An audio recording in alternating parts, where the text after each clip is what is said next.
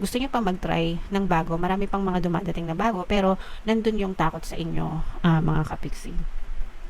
Kaya parang napipigilan din kayo mga kapiksi kasi may mga opportunities na dumadating sa inyo guys pagdating sa pera, no? So pwedeng mga opportunities sa trabaho, sa pagkakakitaan or kahit ano mga kapiksi. Pero yun nga, parang natatakot kayong kumilos guys dahil probably dun sa past na trauma nyo. So wala namang masama guys, walang problema dun sa mga bagong opportunity. Ang kailangan lang is pag-aralan nyo munang mabuti.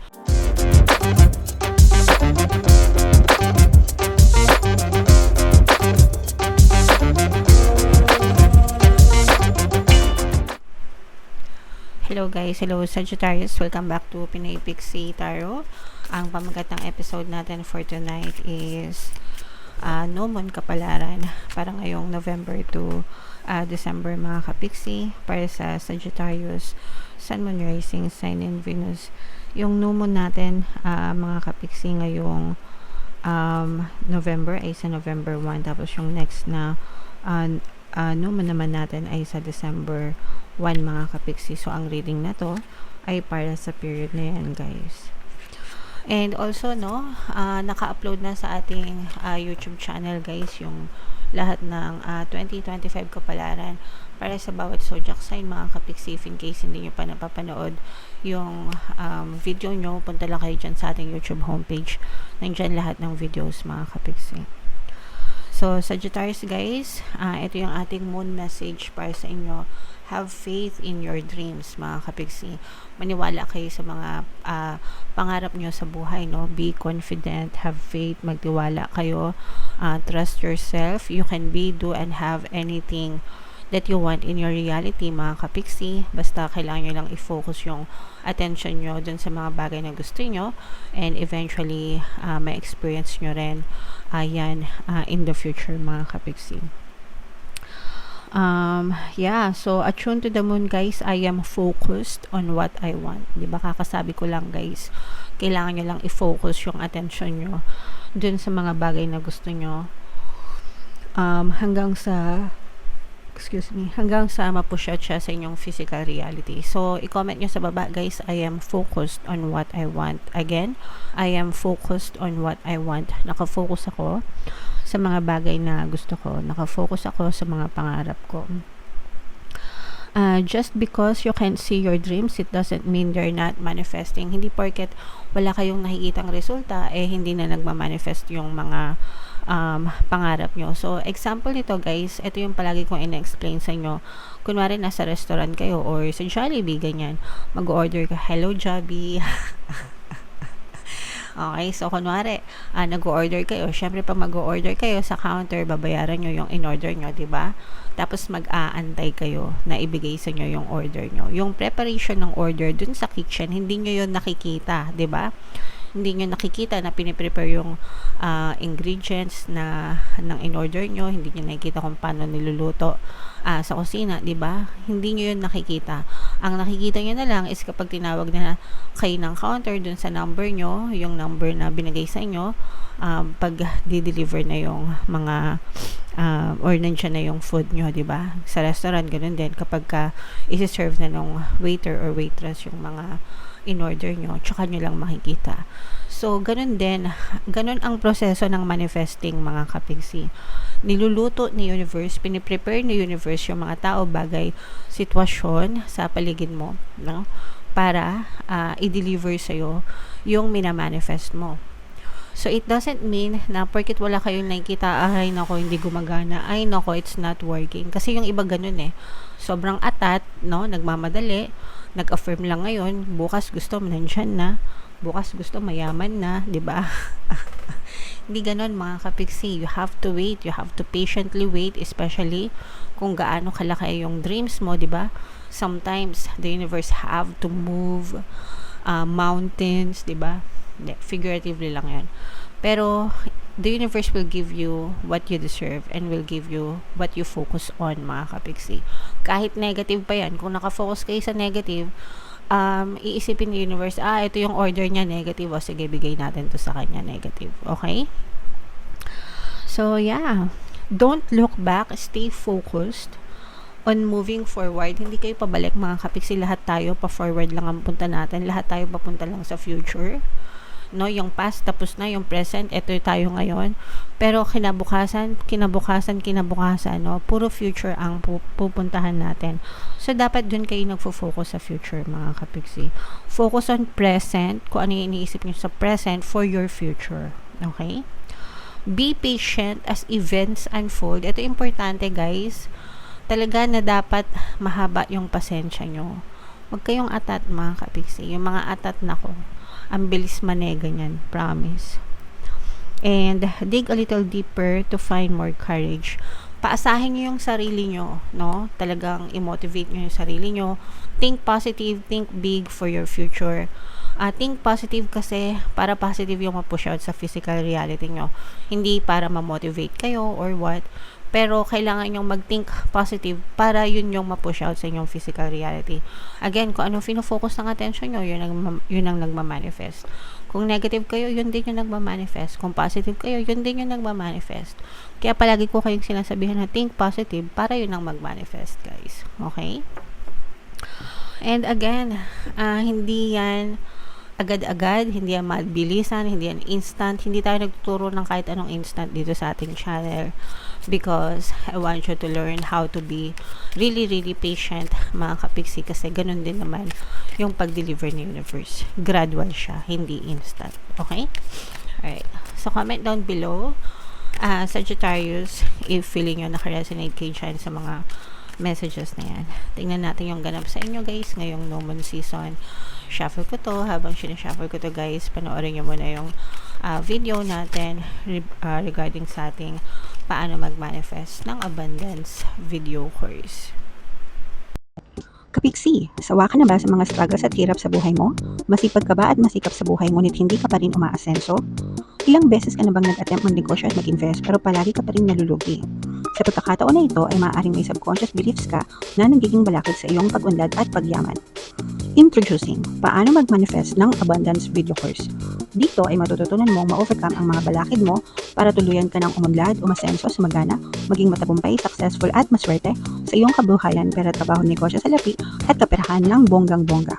Dali, mag-send na ng email sa pinoypixie@gmail.com at simulan na ang iyong pagyaman ngayon. Alright, so sa lahat ng gusto mag-avail ng course guys, mayroon tayong promo ngayong October, magbibigay tayo ng free 3-in-1 pampaswerte subliminal mga kapiksi sa pampaswerte sa buhay, sa pera, at saka sa love life worth 1,500 yung freebie na yan guys, kaya mag-avail na kayo. And meron din tayong bagong course mga kapiksi, paano mawala ang third party at magkaroon ng harmonious na relationship para mawala yung mga kabit na mga jowa nyo guys. 20% discount naman yan until October 31, kaya mag-avail na kayo mga kapiksi. So, Sagittarius guys, kayo ay na-represent ng King of Wands sa ating spread. Ito yung ating moon energy. Another presence ng fire sign sa Aries, Leo, Sagittarius. For some of you, maaring may fire element na you may be dealing with another fire sign mga kapiksi. Ito guys, nakita natin na for some of you, no, this is both negative and positive. Maraming mga opportunities na dumadating sa inyo guys, pero marami rin kayong mga takot mga kapiksi. Probably itong mga takot na to guys, this is because of baka na-trauma na kayo dati, baka nagkaroon na kayo ng negative na experience dati, kaya ngayon natatakot na kayo. So let's say for example, baka dati nagtry kayo mag-invest tapos na-scam kayo, kaya ngayon natatakot na kayo. O kaya naman dati nagnegosyo kayo tapos naging failure yung business nyo, hindi kumita, nalugi, ganyan, kaya ngayon parang natatakot na ulit kayong magnegosyo. So o kaya naman parang baka dati nag-try na rin kayo ng mga online jobs, mga work from home jobs, pero imbis na legit na trabaho yung makuha nyo, na-scam kayo. So yung mga ganon. Kaya yung iba sa nyo parang nai-stress kayo mga kapiksi kasi gusto nyo pa mag-try ng bago, marami pang mga dumadating na bago, pero nandun yung takot sa inyo mga kapiksi. Kaya parang napipigilan din kayo mga kapiksi kasi may mga opportunities na dumadating sa inyo guys pagdating sa pera. no? So, pwedeng mga opportunities sa trabaho, sa pagkakakitaan, or kahit ano, mga kapiksi. Pero yun nga, parang natatakot kayong kumilos, guys, dahil probably dun sa past na trauma nyo. So, wala namang masama, guys, walang problema dun sa mga bagong opportunity. Ang kailangan lang is pag-aralan nyo munang mabuti. Tsaka huwag kayong magpadalos-dalos, guys, no? Pwedeng itry nyo muna yung isa, di ba?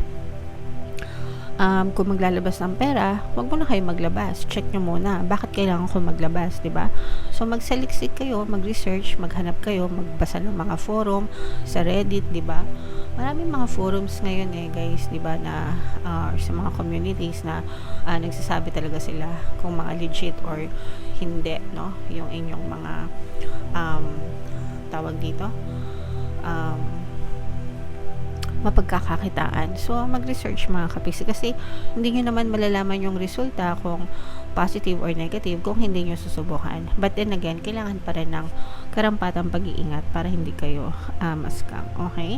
So, yun yung nakikita natin sa negative na may kasamang positive din naman, guys. Okay? And nakikita din naman natin dito na magiging progressive din naman yung inyong pamumuhay, yung pagdadala ng inyong pera, at saka nagtutulungan naman kayo ng inyong pamilya, mga kapiksi, no? Kung ikaw ay may asawa na, partner o specific person, sabay kayo na nagtutulungan para maiangat nyo yung status ng inyong pamumuhay, mga kapiksi. Pagdating sa pamilya, very harmonious yung relationship nyo, walang masyadong gulo. Maganda nga dito kasi is nagtutulungan kayo sa bawat isa, guys. Okay? So, i-mind nyo yan, guys. Mind, harmonious relationship, mind, stable. Ayan guys, swerte, nasa nyo yung energy ng swerte. Pero yung iba, nahaharangan itong swerte na to kasi nga, yung iba natutroma. Ayan may mga opportunities na na-miss kayo, mga kapiksi, o kaya parang meron kayong, yung iba, hindi maka-move on dun sa past, guys, no? Parang hindi kayo maka-move on dun sa past, sa mga trauma nyo from the past, mga kapiksi. Kaya hindi nyo na-experience itong swerte na to, or parang nagiging balakad siya sa mga paparating na swerte sa inyo, mga kapiksi. Okay? So, you have to move on. Let go of the past, mga kapiksi. I-accept nyo na nangyari na yon, tapos na yon. Pero, meron pa rin kayong chance na swertehan sa buhay, swertehan sa mga bagong opportunity. Basta, pagsikapan nyo lang pag-aralan at wag magpadalos-dalos. Okay?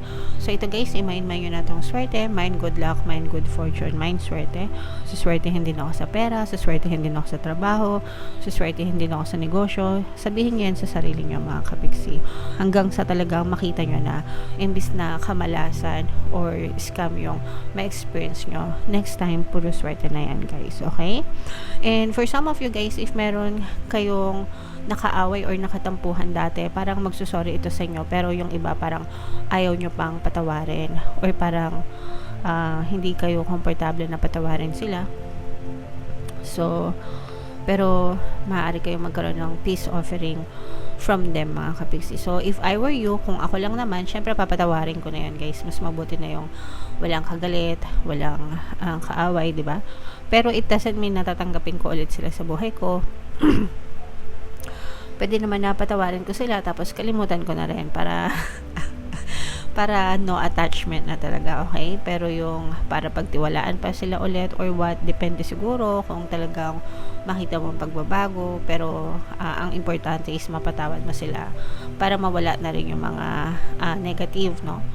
Na energies, mga kapiksi. Okay? Alright. So, comment down below, Sagittarius, if feeling nyo nakaresonate kayo. Ito guys, i-mind nyo to kasi sayang itong swerte na to. My swerte, my good luck, my good fortune. And, yeah. And, itong mga, sorry guys. Sorry, nawala ako kasi may sumisigaw sa baba. And itong mga harmonious relationship na to, guys, and itong progress na to, yan, i-mind nyo na yan, guys, sa comment section. Okay? And comment down below if naka-resonate kayo, guys. Ito yung ating mga 2025 kapalaran, mga kapiksi. Panoorin nyo na. And ito naman yung ating success stories ng paano mag-manifest ng abundance video course. Click here to subscribe. And ito yung ating mga pampaswerte subliminals. Thank you for liking, sharing, and subscribing. See you again next time. I love you all mga kapiksi. Have a nice day. Bye-bye.